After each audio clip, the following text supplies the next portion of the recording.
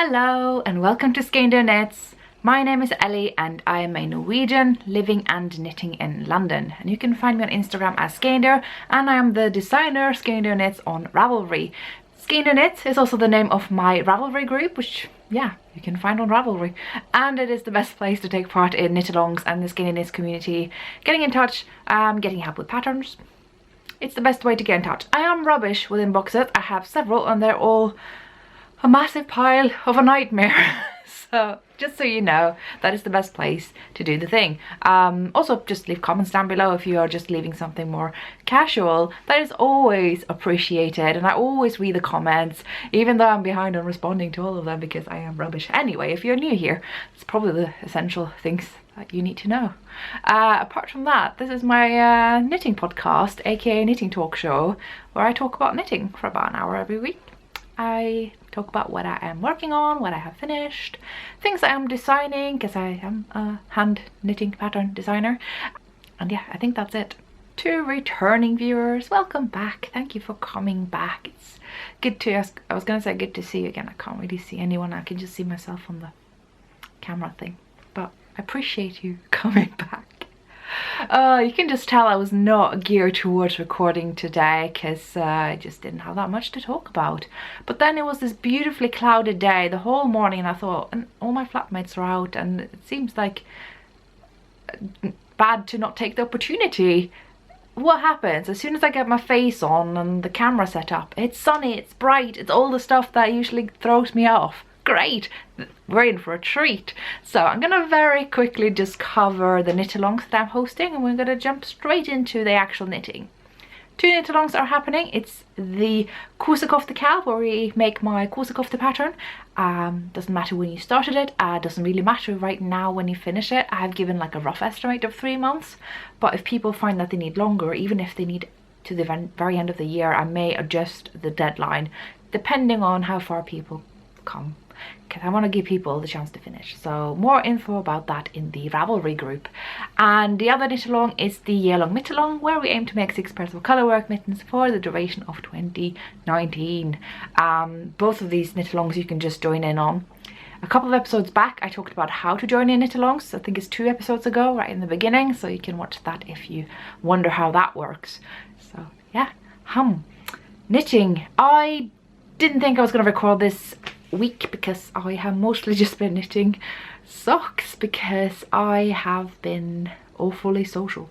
2 days in a row I went to see my favourite musician perform in London. Yes, he did 2 shows in a row.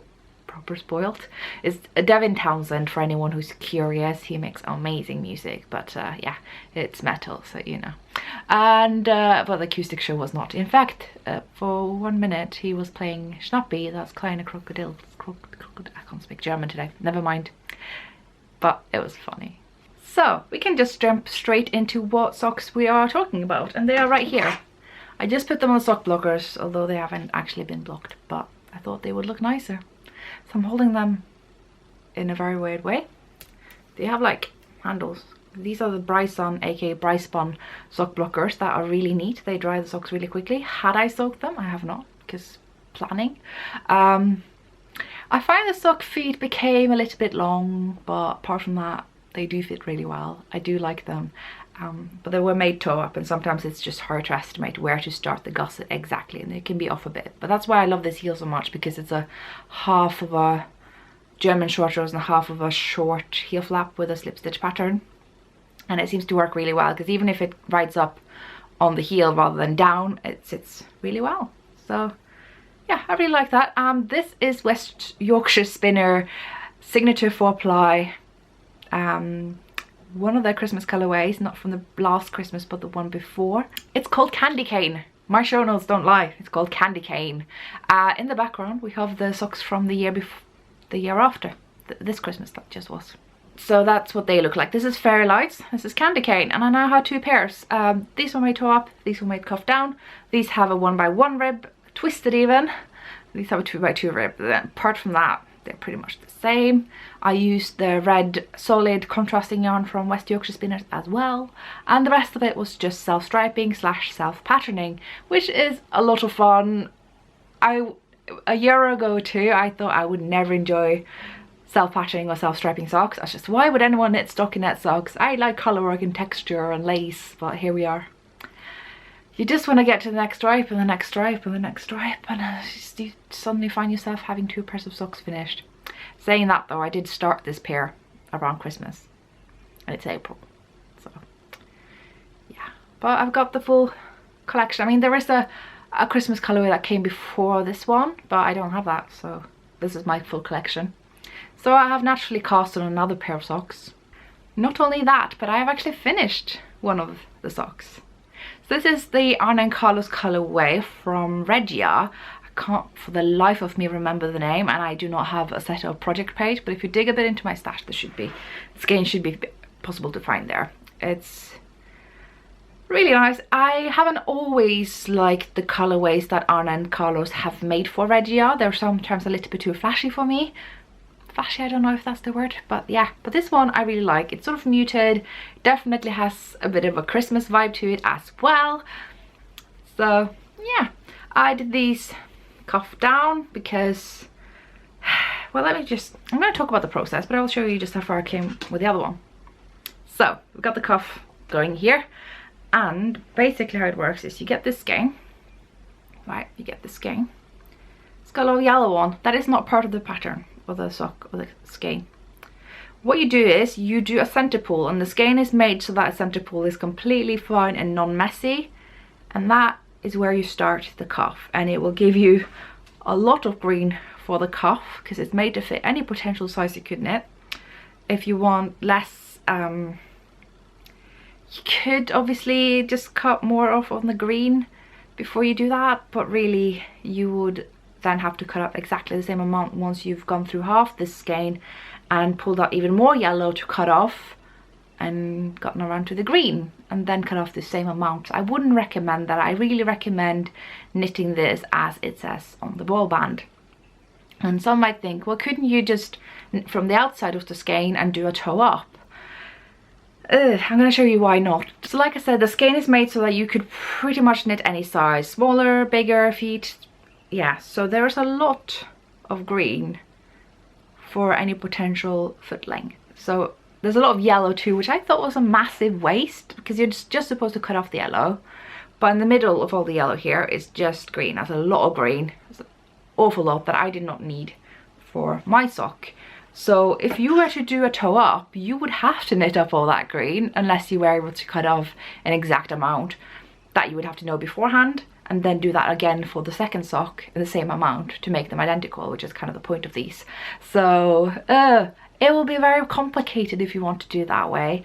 So I just recommend knit it as it says on the label, do a center pull from the skein, just do the whole rib with the whole amount of green that you are given. Obviously cut off the yellow. I think you can see some hints of yellow at the very end here. I just cut off exactly at the right point. And yeah, I found the leg to be awfully long. I don't usually make a leg this long, and certainly not the rib, but it's not an outrageous length. They're not knee highs by no means. But on the other hand, I found the foot to be rather short because I started the toe this much before I actually started decreasing for the toe. You can see just how much I did there. In the end, it actually doesn't look bad at all. It looks completely sensible, I think. So yeah, didn't turn out so bad in the end. As for the heel, I didn't actually use as much of the green that was left between these two sections as part of the skein. This is all seamless, I guess. There's no end happening between anywhere. I'm literally, it's one end here and one at the toe. And so when I was done with the heel, I'd done the flap, I'd done the turn. There was still quite a bit of green left, so I just kept knitting with it, and it just became a stripe of its own here, which was fine. I thought when I was working on it, this is ridiculous, but it's fine. So yeah, I like it. It was really fun. I got through this very quickly because there's just a lot of knitting mojo in this kind of yarn. There's always something new happening. I'm not even tired of it. Like, I jumped straight into the rib of the second one. Don't think I'm gonna knit the second sock that quickly as this one, but yeah, if I have some social days ahead, a visit to the cinema maybe, endgame maybe, I might just bring that other sock. But it certainly has been good to work through socks on these concerts. I mean, it's not often that you go see your favorite metal musician and you go to a show where you can actually sit. Yes, it was seated, and I just sat there knitting, and it was really fun because it was like a mix of concert, acoustic concert, a Q&A, questions and answers, and stand-up. Really, it was just stand-up comedy. It was brilliant, very informal. And it just, yeah, even got to meet the man in person, kind of by accident. I was just checking out the venue on the way to meet some friends. I was there for hardly 5 minutes, and during that time he'd popped out of the car and said hi to the few people of us who were there, even though he had planned not to meet any sort of fans during the tour because he was apparently exhausted from making the album. You don't need to know this stuff. What I'm just trying to say is I was really lucky, and it was really nice. And yeah, it's kind of like, yeah, the 20th time I meet him, so you know, we're kind of on a first name basis, but it was fun, and it was kind of bringing me back to the first year that I moved to London, where I did this a lot, and I feel young again. So yeah, sock knitting happening, and yeah, it lives in my amazing Moomin bag by, ooh, I can never pronounce this, who am I kidding? Show Kirsty's bag making thing here. This is just kind of my go-to vanilla sock project bag, just because I love the Moomins and it's the perfect size. Yeah, portable, all that stuff, all that good stuff. But yeah, it wouldn't be a complete podcast episode if there hadn't been a cheeky cast on. So yeah, there has been a cheeky cast on again, something that is unrealistic that I'm going to finish anytime soon. But I have a defense. So you will remember that my kind of mishap with the cardigan I tried to start last week, that I'd been looking forward to for a very long time, and it just wasn't working out with my yarn and a couple of other issues I had. And I thought, well, you know what I'm allowed to do now is to cast on something else that I've been savouring for a long time. Logic, because I don't have anything else I should be finishing, like, I don't know, my boxy, which is this close to being done, that also Tricosa cardigan that I really just need to knit down the body flat, which I could do anywhere, anytime. So like the thumbs of those advent calendar mittens. We could go on and on. There's a lot of things that are just this close to being done. I have a chunky hat that is halfway through. Who has a chunky hat whip laying around for that long? Oh, anyway, let's talk about the project I did cast on. It lives in this awesome project bag that I picked up in one of those super hipster vintage shops down the street, which is basically just people who sell clothes from the 80s. It's basically just secondhand shops that are overpriced, and yeah, but they also have these bags that to me look handmade and brand new, and I really like it. It's like a really sort of dark space, kind of reminds me of the Devin Townsend album Casualties of Cool, which is really nice, especially if you like dark country music. But yeah, enough about me. The project is, and this has not gone as fast as I'd hoped, but it's the Schmocket shawl. Yes, I'm gonna say Schmocket. It's Smocket. I think it's a Smocket stitch at the very edge. I'm not even doing that yet. This is so simple and lovely and just what I needed. So basically the whole line along here is rib, and what is happening down here is like a double garter, which means yes, there's as many purl stitches as knit stitches, and I might as well be working stockinette flat with the purl and knit stitch rate. But I'm still enjoying it. What do you know? So it's not growing very fast. I worked on this a lot, but there's not much happening. But not complaining. I'm really enjoying this, and I want to tell you about the yarn. This yarn is so underestimated. I have told you about them before. Tweedy Todd is a yarn dyer team, I think, in Norway, and their yarn is gorgeous. I bought 3 skeins of theirs at Oslo Knitting Festival back in 2017, and I've yet to cast them on, but I found that, well, they're a nice 3 skein gradient in single ply merino silk yak.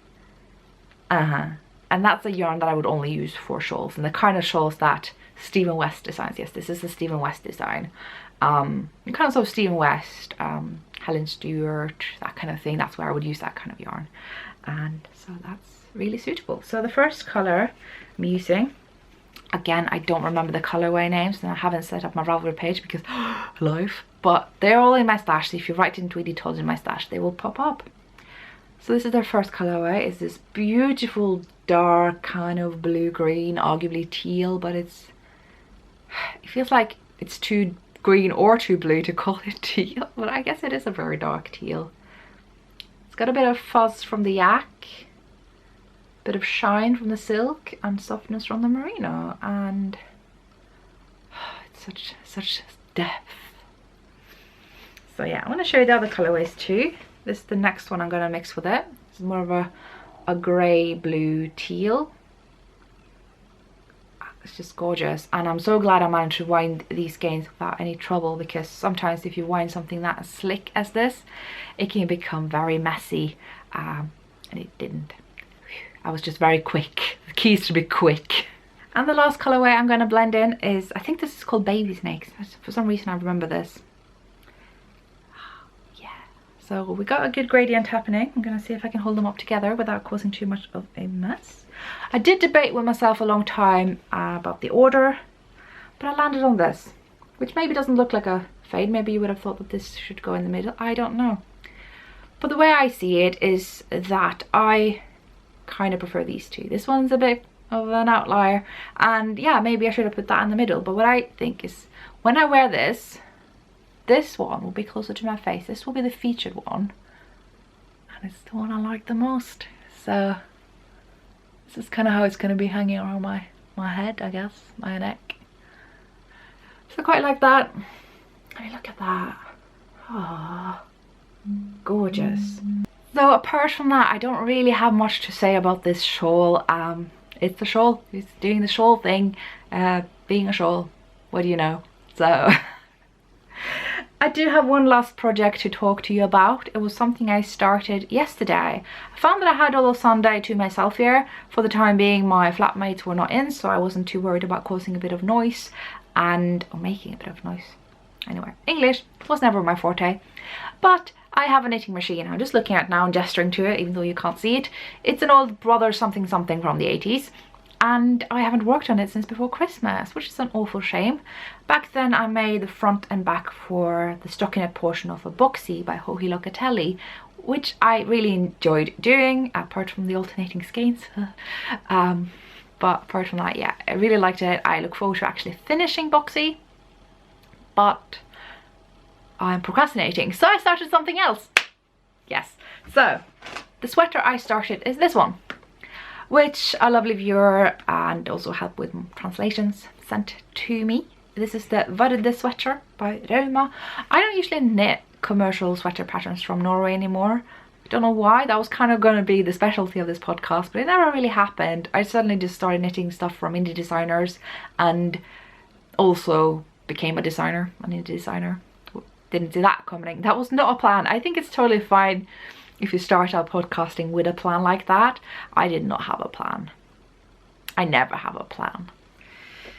If I had a plan, I'd be disappointed because it would never work out. So yeah, I just fell into it. And so now I'm kind of returning to my roots a little bit because this pattern is gorgeous. This is what it looks like. I'd seen it before and I thought, nah, not for me. And then I saw it again. I was like, yes, for me, please. So the pattern recommends Reuma Finul garn, and I'm like, well, perfect. Don't fix what's not broken. And the colors, love them. Don't fix what's not broken. So I am essentially using the exact same yarn, the exact same colors. Nothing original happening there. And yes, I'm keeping it all in very airtight bags because moth panic. I don't want to tell you the details, but what I can reassure you is that all my yarn and all my projects that are wrapped up safely. Where the moths are getting their food from now, I don't know, but it's all wrapped. I'm even like putting my acrylic stuff out because they tend to eat that too, but they tend to die when they do that. So yeah. Anyway, I feel like I'm in control. I don't know if I am. It's London, what can I tell you? Pretty much everyone in this area is struggling with this stuff. You don't want to hear about it, but I just want to reassure you that the stash is safe. Except the stuff I had to bin. But anyway, the stuff that I've been knitting on the machine, I just got the idea. I've had the idea for a while, but I thought I'd wait until I got a ribber, which is a accessory to the knitting machine that is essentially the same size of the machine that you attach, that allows you to work rib and in the round. And I thought, oh, I should do that. I could do that with the body. But then I got impatient. So before I got the rib, I just did it anyway, which will require me to do the rib by hand and mattress stitch. But I have persuaded my lovely friend Amy Florence of the Stranded podcast to do the mattress stitch for me. And in exchange, I will machine stitch, machine crank 2 stockinette pieces of the boxy pattern by Howie Locatelli, so she can do essentially what I've been working on. Because if we can just get the stockinette over with, all you're really left with is the rib for the bottom, which isn't that much, and the garter bits for the shoulders and the actual sleeves, which is a very small part of the entire thing. So we're doing that swap. Guess what our friends were, hey? So I am quite confident that this will maybe not linger in terms of the mattress stitch, as I thought in the beginning that's going to happen, because I don't like mattress stitching. Anyway, from the beginning, I cast on the body, I cast on the front or the back, they're the same. I basically looked at the pattern, looked at the stitch count, went straight after the rib, did a swatch first obviously, so I knew the row gauge and the stitch gauge, and decided, okay, this is how many rows I will need to get the requested length in the pattern. So I made sure that I was knitting that many rows. There's a row counter on the machine, so I don't actually have to count myself. I can just check that. Okay, now I think it needed to be 105 rows in the machine for 36 row gauge, if memory serves me right. And I did that. It did become a little bit shorter, but that's fine. I like shorter, and I feel like this is a weird thing. It looks tight, but it measures to gauge, but it looks like it's tighter. I can't explain. It feels denser. When I put the ruler on it, it's on gauge. It's very strange. I don't understand, but I will accept it. Maybe it will just flatten out after a soak. Maybe it's just the difference between machine knit and hand knit that's just a little bit more thick. This makes no sense. So I did the back, just one big square of stockinette, did the same thing for the front, one big square of stockinette. And for the sleeves it's a bit trickier. Again, I cast on the machine the portion that would be after the rib for the cuff, did a couple of rows, and then I increased 1 stitch on each side.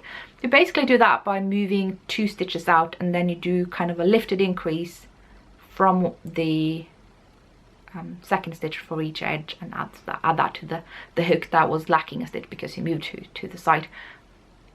This makes more sense if you've actually ever worked on a machine, but yeah, that was pretty straightforward. And then I made sure to work the remaining rows required to get the length of the sleeves. I think that was 140 rows. So yeah, it's a lot of screechy cranky noises, which is awful, but didn't take me that long. It was a couple of hours in there before I had whatever this octopus is.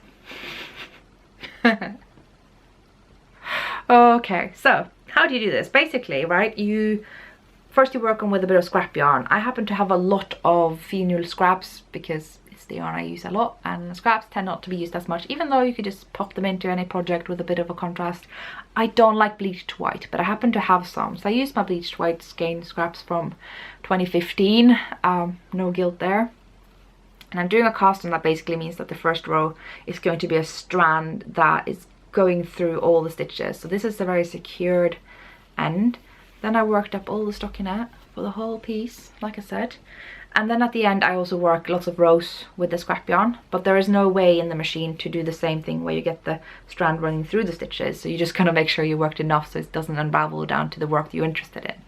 And then I just took a needle that was quite smaller than I would need, just go through all the stitches just below this bit for the other end, and made sure it was all on the same circular, sleeves and body, the whole thing. And I'm now just working in the round, and the pattern actually calls for 10 raglan rounds, so 20 altogether because there's stockinette rounds in between. So I'm working on those. I think I'm on the 7th decrease round now, and there needs to be 10 obviously. And then I get to start the color work, which is the fun bit. Then I have to get through the rib, not so much fun. I may need to bribe some people to do that for me. No, I'm kidding. I'll do that myself, but I may get help with the mattress stitching because I don't like how the stockinette curls in, and it's like you have to force that out and then find the right place. And it's just, with this fine gauge, oh, I'd rather machine knit a boxy, right? So it was just the thing I wanted to try out. I wanted to see if this is the thing I can do, to just maybe crank through some yokes that would normally, maybe I wouldn't knit because I would consider the gauge to be too tight for me to finish it at any timely manner. And now I think, well, maybe I could do it this way, see what happens. But I need to figure out more of the whole gauge thing, because I think I'm on gauge, but it does feel so much denser than hand knit stuff I have with the same gauge. Don't know if anyone of you guys work on knitting machines can explain this to me, or if I'm just being crazy. Yeah, that's kind of what I'm left with now. So basically this hopefully looks more sensible now. You can see there's a front, you can see there's a back hanging behind here, and there are sleeves on each side. So it's really not as bananas as you might think. Yeah.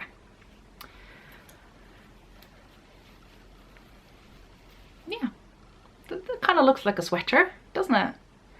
Oh, I was just knitting through this morning, and I was watching the latest Game of Thrones episode. I need to knit this extra tight because I think my gauge is tighter than it should have been for this needle.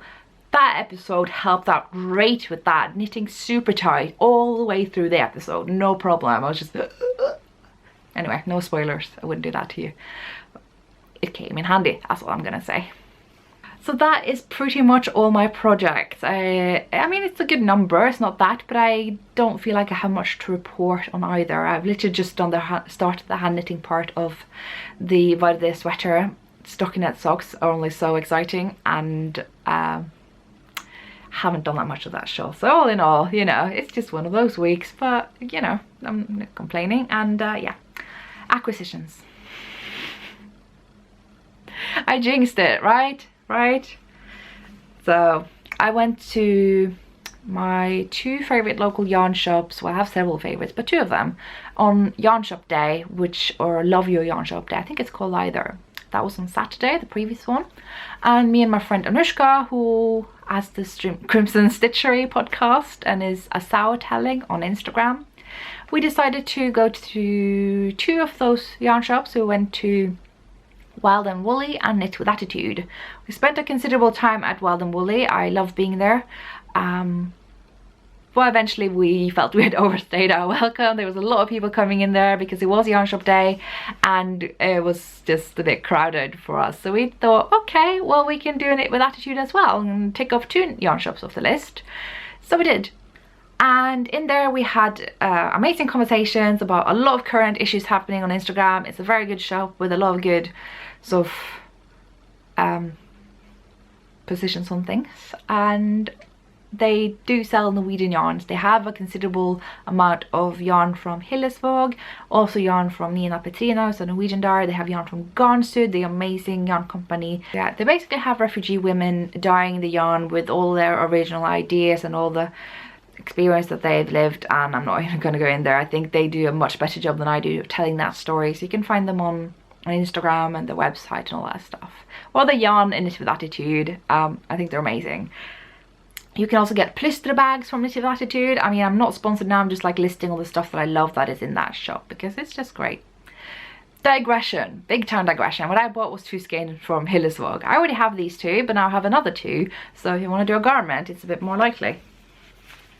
Yeah, they're not going to be the same dye lot, but I've always found Hillesvåg to be quite consistent there, and hey, I can do the other two skeins as sleeves and these two as the body, and nobody's going to be able to tell, so it's all good. This is Sølje. It's their fingering weight pelt wool, some might say sport weight. It's dyed in the burgundy colorway, which I love. This was the first colorway I ever bought of this yarn when it was launched back in, oh, I'm gonna say 2016. I just fell for it, I love it. And I was gonna work it into a shawl, but the shawl was frogged twice, it didn't happen. Started doing another shawl, frogged that too because it looked like the German flag. No offense to Germany, it just wasn't what I was going for. And here we are. I think it's gonna be a cardigan now. So yeah, just love this yarn, and it's amazing because it feels like it should be prickly, but then you do this and it's like, oh, that's nice. So yeah, I'm just dragging things out now. There's not really much knitting content left, so I thought I would talk about something that has happened this week. It will kind of continue on from the conversation that we had last week about size inclusivity in the knitting community. I want to first of all start this off by just thanking all the very vocal people who have told their truths, not just about size, but obviously the racism discussion, who have really paved the way for us to talk about a lot of inclusivity issues. We couldn't have done this without any of you guys, so thank you so much. And yeah, maybe what I will be doing is doing a recap of the live stream that me and Amy were doing on Instagram yesterday. That will only be available for 24 hours, so I reckon that will be gone by the time this episode goes out. So if you missed out on that, I want to just repeat some of the points that were made during that stream. So I'm going to just fetch my notes from that and give you a recap. If you're here just for the knitting, this is only tangibly related to knitting, and I guess a bit beyond that. It could be applied to sewing, any sort of handcrafts, things to do with sizes in the crafting community online. If you're here for that, you're here for that. If not, I'm just going to wrap things up by saying that I'm wearing the Siri cardigan. Forgot to mention that. That is the last bit of knitting information before we jump into the size talk. So yeah, Siri cardigan, lots of fun modifications. I think I've written about that on Ravelry. If not, I'm sorry. Maybe I should do that. I love this cardigan. I wear it a lot. It's very durable with the Blackie yarn, Cornish tin 2 yarn that just hasn't pilled despite all the wear and love it's gotten. Gotten is not a British word. Anyway, size inclusivity. Why is the sun bothering me? I hate this. I will kind of be talking about this, assuming that you saw the end of last week's episode.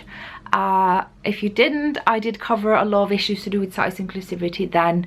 You may want to watch that first, but obviously not crucial. But I did cover how I personally have a history with a variety of weights and sizes. Been very big, been not so big, and I have experienced the spectrum, so to speak, there. And yeah, that's my background. I sometimes feel like I shouldn't maybe take the platform talking about this, but then I realize, well,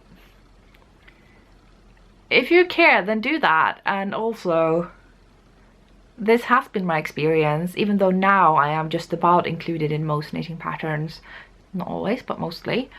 But what I see is that my size is often the biggest one included, and I'm like, you know, I'm pretty invested in the knitting community, and I know there are so many people whose bust measurements go beyond mine, and I'm like, gosh, you guys can't find your size ever, mostly. That's not right. So I'm like, this it's just not right if my size is the biggest size in the pattern. So couple of things related to that. I put on my Instagram stories, there's like a highlights bundle on my Instagram page. I highly recommend you see that, even if you don't use the app. I think if you go to instagram.com, on my profile, it's linked to that at the very top below, then you can see that on your web browser, I believe. So one thing that we got asked a lot was, well, if patterns should be so size inclusive, what is a good size range? This is a bit of a tough one to answer, and I don't think there is a straight up answer to it. Sometimes we can't realistically expect someone to cover the whole range of available sizes out there, and obviously you need to find grade between them, otherwise you are left choosing between a size that is either too big or too small for you. So there's not a clear answer, but one thing I would recommend is try to fit it to the average. Make sure the middle size is at the average, and then you grade up and down from that, so you cover at least the majority out there. It's still a shame that people will be left out for being in lower numbers, just being fewer of them. But it's better than what we have right now. It will be way more sensible, but ideally would cover the full range so that even people who aren't that many numbers would be included too. I think that's what I aim for, but I think these are two separate issues, and we need to kind of distinguish between them, because there is the exclusion of people just because they fall outside of the kind of majority group, and then there's the exclusion of people just because they have a size that people didn't want to grade for, despite how many people fit that size.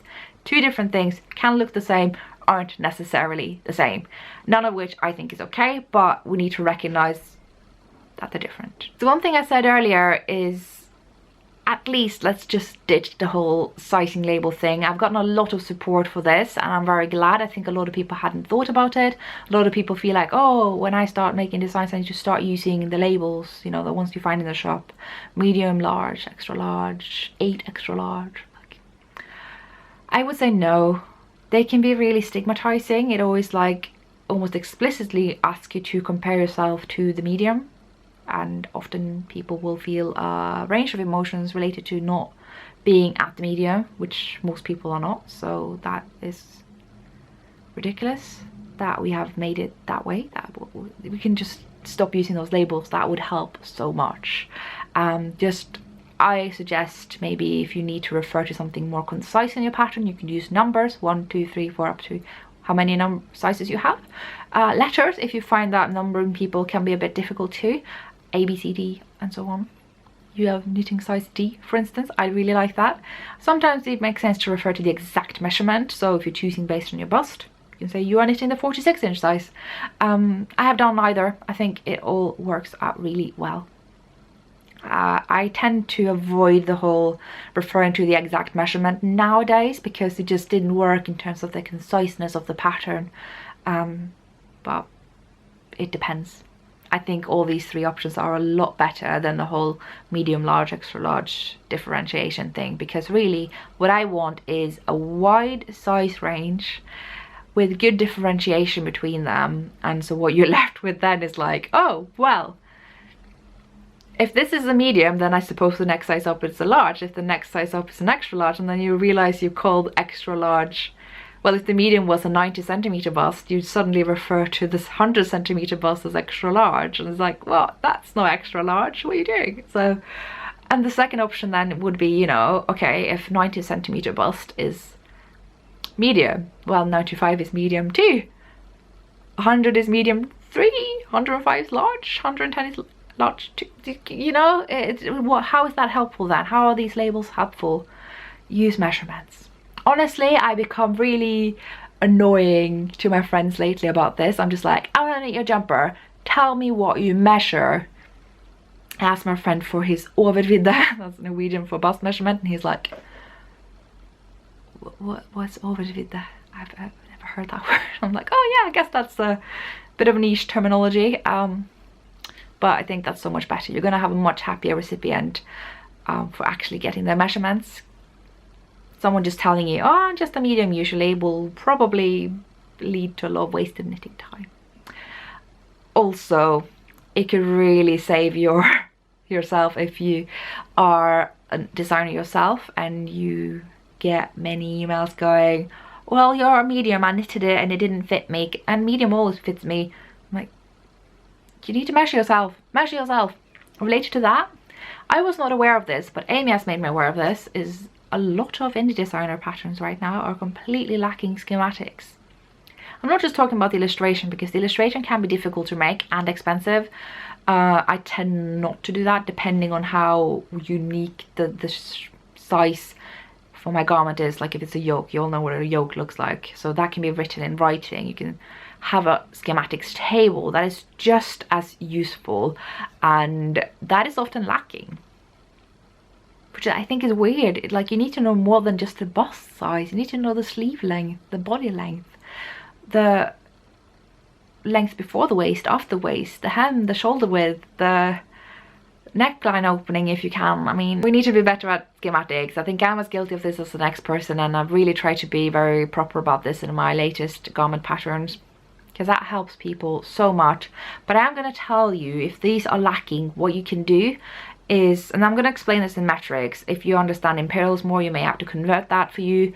But essentially, let's say you're knitting a garment. It has a 24 stitch gauge and it doesn't have schematics, but you know the bust stitch count is, I'm just going to make up a number, 300 stitches. Okay, well, you have the gauge, you have the stitch count, you have actually all you need. It's no excuse, but you have what you need.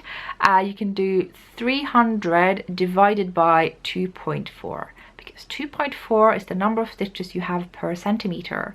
So what you get then is the actual centimeters that stitch count in that gauge will lead to. It's also a really good tool if you are modifying, if you're changing the gauge and you are willing to stick to that stitch gauge, but you stitch count, but you wanted to change to a 26 stitch gauge, well, you can take 300 stitches and divide that by 2.6 and you get the measurements that you will get then. Really useful. It applies to row gauge as well, so if you know that the pattern tells you to knit what example am I going to use? Say 30 centimeters, and you don't know how many rows that is, but you know you have a row gauge of 36 stitches. Okay, 30 times 3.6. You got 3.6 rows per centimeter. So if you do 30 times 3.6, you actually know just exactly, sorry, 30 centimeters by multiplied by 3.6, that will give you the number of rows you need to work. And that could help you if you're trying to work in waist shaping, back shaping, bum shaping.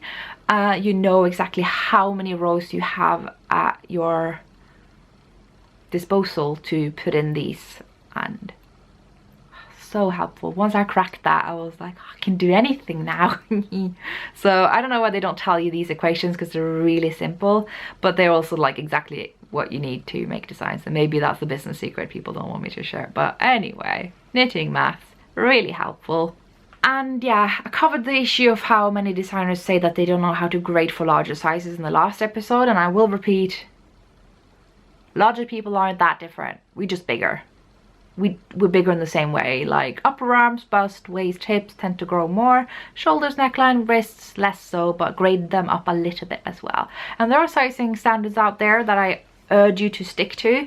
Isolde got a nice spreadsheet. There's Yarn Craft Council that is heavily used by most designers, I think, because it's public and free. Pretty good, not perfect, but it's there, and covers a very broad range, which is really good.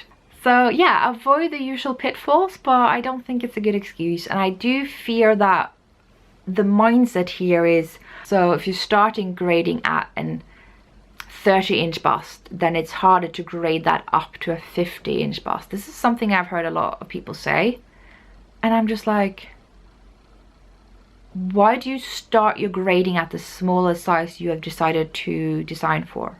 Why are you not starting in the middle, at the middle size you're going to grade for, the middle size, maybe the average size out in the population? Why don't you start there? It's a lot easier to start there and grade down and grade up, rather than trying to start the smaller size and make that work for everyone.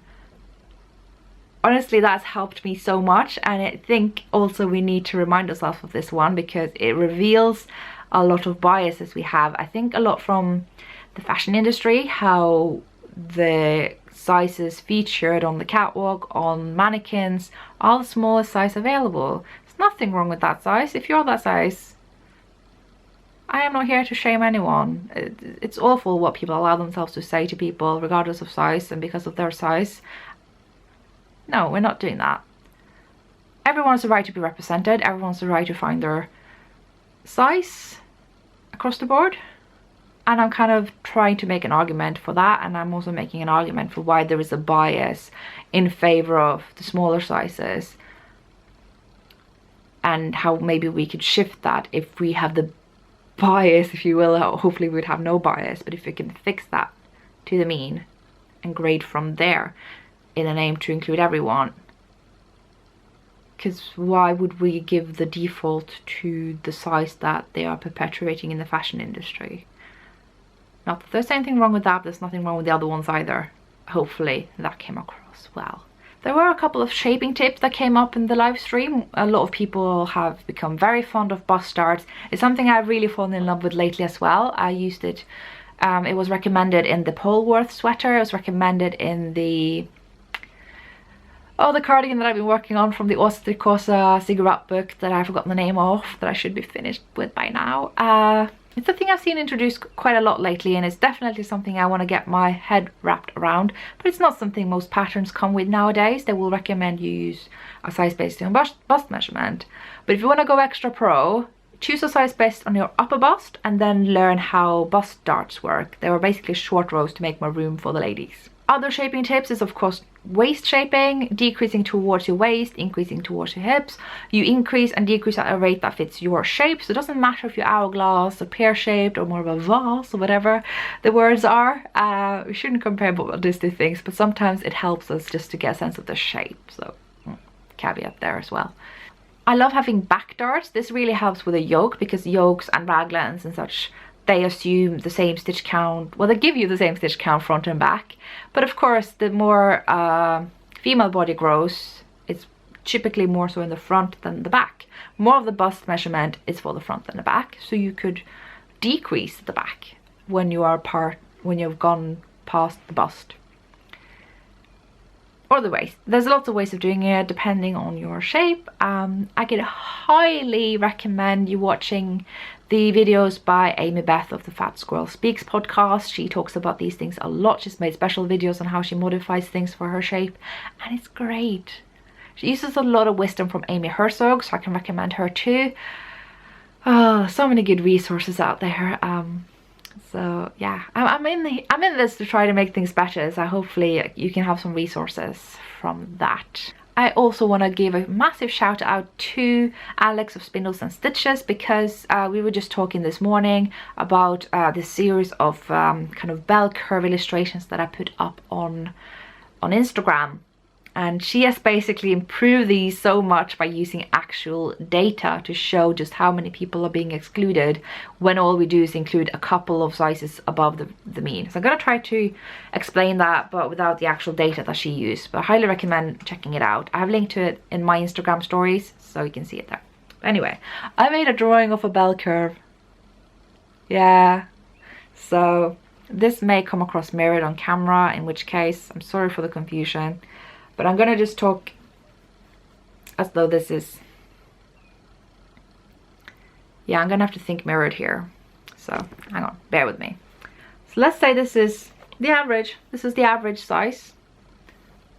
And these are the larger sizes in the world. These are the smaller sizes in the world. So you see there are fewer smaller people as you go smaller and smaller, fewer larger people as you go larger and larger.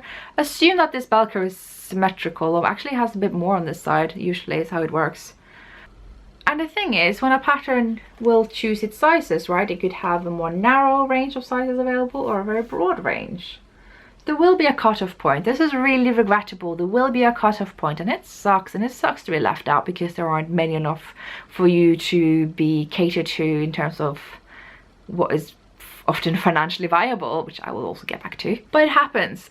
There will have to be a cutoff point, because you can't have an infinite number of sizes in a pattern. It's impossible. I don't like it, but you can't really say infinite numbers of sizes. So I aim to have such a broad range as I see reasonable, but some people, maybe they can't have more sizes than 5 in a pattern. Maybe they're getting published in a print magazine, something like that. So we'll have a more narrow range, and people fewer numbers will be left out. The thing is, this is not the distribution you will find in those cases most of the time. The distribution you will find is kind of looking like this, right?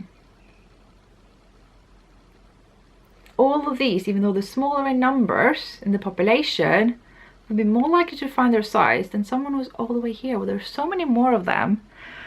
I'm not advocating for excluding anyone, but we are not excluding people based on how many they are. We are actually actively excluding people because their sizes are not seen as desirable. And I'm not on board with that. And I think we need to recognize that this is a pattern. And I want to please, before anyone just hits the comment section here, please don't try to look for other explanations for why this is, because I know the urge. I definitely know the urge. Like, I have colleagues who works on kind of the psychology of things to do with, say, racism, and in the past I kind of found myself going, oh, but surely there could be other reasons for why people behave in such a way. It may not be racism. And I'm like, that is not very nice. It kind of trivializes what is actually happening. And I'm not saying because people are super mean and actively hate on big people. I don't think it's something people do consciously. I think it's something we have absorbed from culture, and as I said in the previous episode, we live and breathe culture, so whatever is in culture is within us, and that is how we recognize it. It's not about pointing out the bad people, it's just about going, wow, this is what is common in the industry right now, that has to change. And then I'm happy to be her, like spewing out lots of recommendations that I think is going to work. Again, lots of that on my Instagram. Feeling very passionate about this one this time. But yeah, if you want a better illustration of this, I highly recommend Alex of Spindles and Stitches illustration of this that I have linked through my Instagram highlights. It's really good and on point, and just showing the bias that when a limited size range has to be the case, then it's not fitted to the mean, it's not fitted to actually how many people are out there in that size. It's more to do with wanting to make smaller sizes, or as I would put it, really just not wanting to have larger sizes and kind of appearing that people don't want larger people to be represented subconsciously, I think. Anyway, I've gone on this tangent long enough. I'm gonna get to the next point. So, do we need larger people modeling plus size pattern? That was also a question that came up quite a bit, and I would say, first of all, let's wholeheartedly abandon the idea of a plus sized pattern. There is no reason why a pattern can't contain the full size range in and of itself. I'm seeing arguments for splitting up patterns into different sizes so that people buy one size range, and I'm just, no. If you buy a pattern, you buy the pattern. I think it's completely reasonable to have a design be 4 separate patterns, you know, baby, toddler, child, female, male, that kind of thing. But in terms of sizes, if you buy, say, a female pattern, you put the female pattern. If you fall within the split there, then it can be really annoying if you need to get the length measurement from one side but the width measurement from the other. You will end up paying twice as much, basically. I don't think that's fair. I think if you bought a pattern, you bought a pattern. And all these arguments for why, oh, it's so much more expensive to tech edit for an expansive size range, and I'm like, I can't disagree with how it will cost you more in tech editing. It will, but not that much.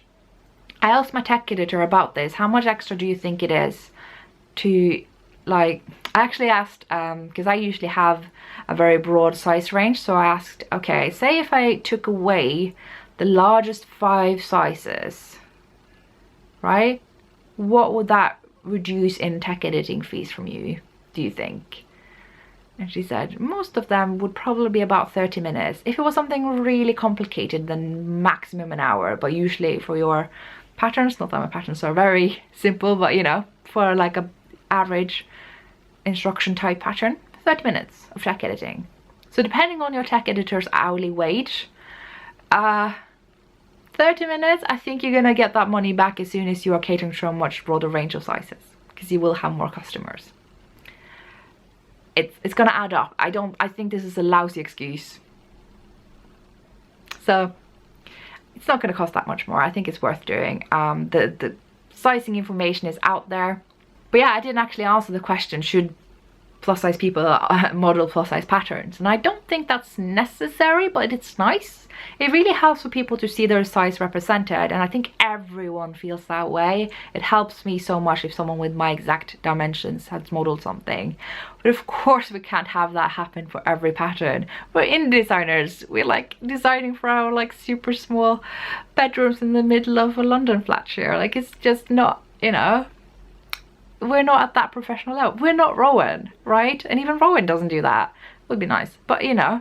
But what you can do is, when you test it, make sure you get the full range. Make sure you test it every size, or at least across sizes, because then you have people who have taken photos of themselves in that size. You can ask them if you're allowed to feature it, if they want to put it up on their Instagram, say their Ravelry project page, and you can show that and people can look that up themselves if they want to see someone making that in their size. I've done that since the beginning, mostly because I was terrified of grading and wanted to make sure I'd done it right.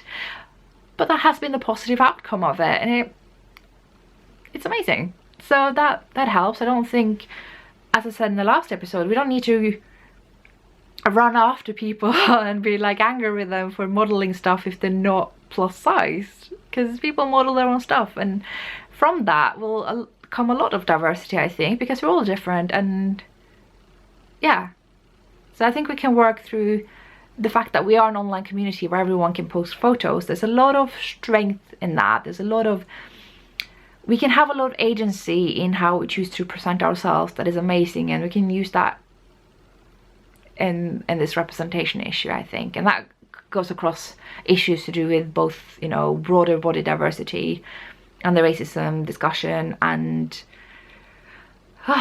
lots of categories that I can't think of off the top of my head. That is all relevant.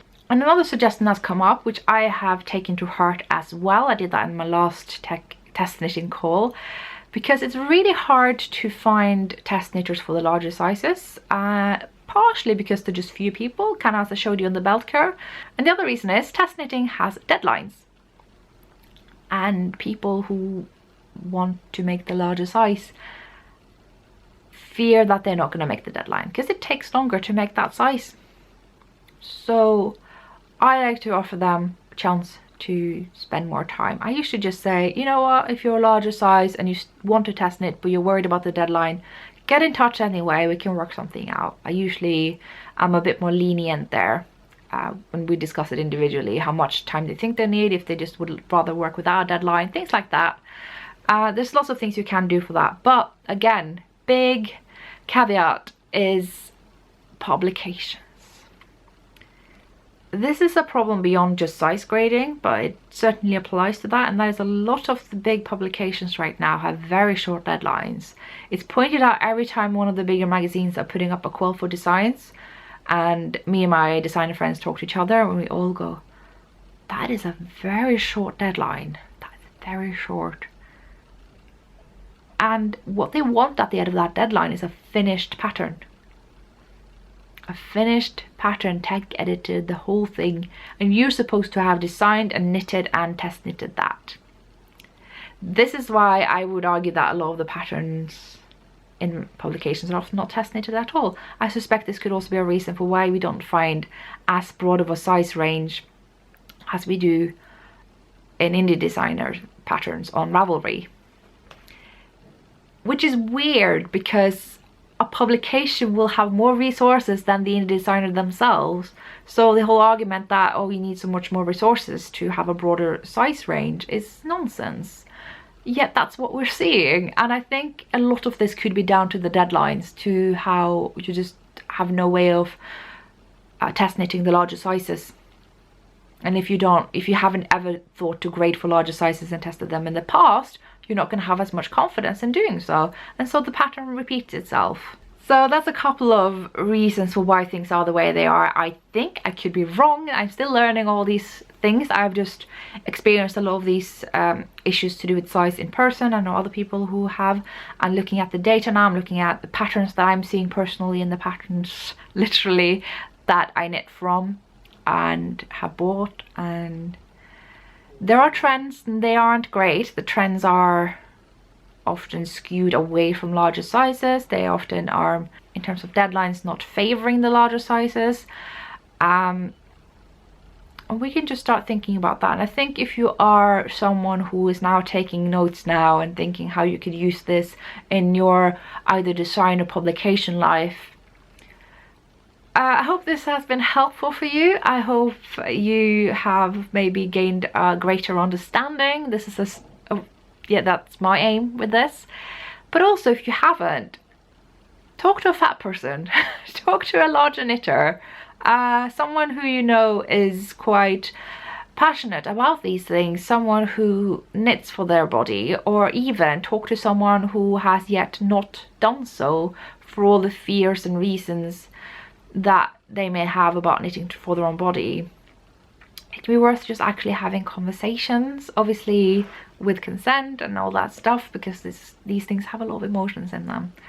I'm happy to provide guidance. I have a lot of feelings, and I am not in the business of finger pointing and making villains out of people, because I think we're all doing the best that we can with the knowledge and experience that we have, and I'm just here to kind of supplement with more of that to the best of my abilities. Draw breath, Ellie, draw breath. And annoyingly, now that it's time for me to conclude this episode and looking out the window, the light is perfect. This is the curse of the Skeindeer Knits podcast, if you're new to this. The light is never right unless I'm not recording. Same with the sound. Now it's quiet. They were like doing some kind of machine something outside when I were. The struggle. Anyway, I hope you had a great yarn shop day if you went to your yarn shop, or if you just sat home knitted. I hope you had a good time doing that too, and I hope to see you next time, and maybe I will have more than just socks and like bits of machine knitting and shawls to show you. And yeah, I will see you next time. Bye.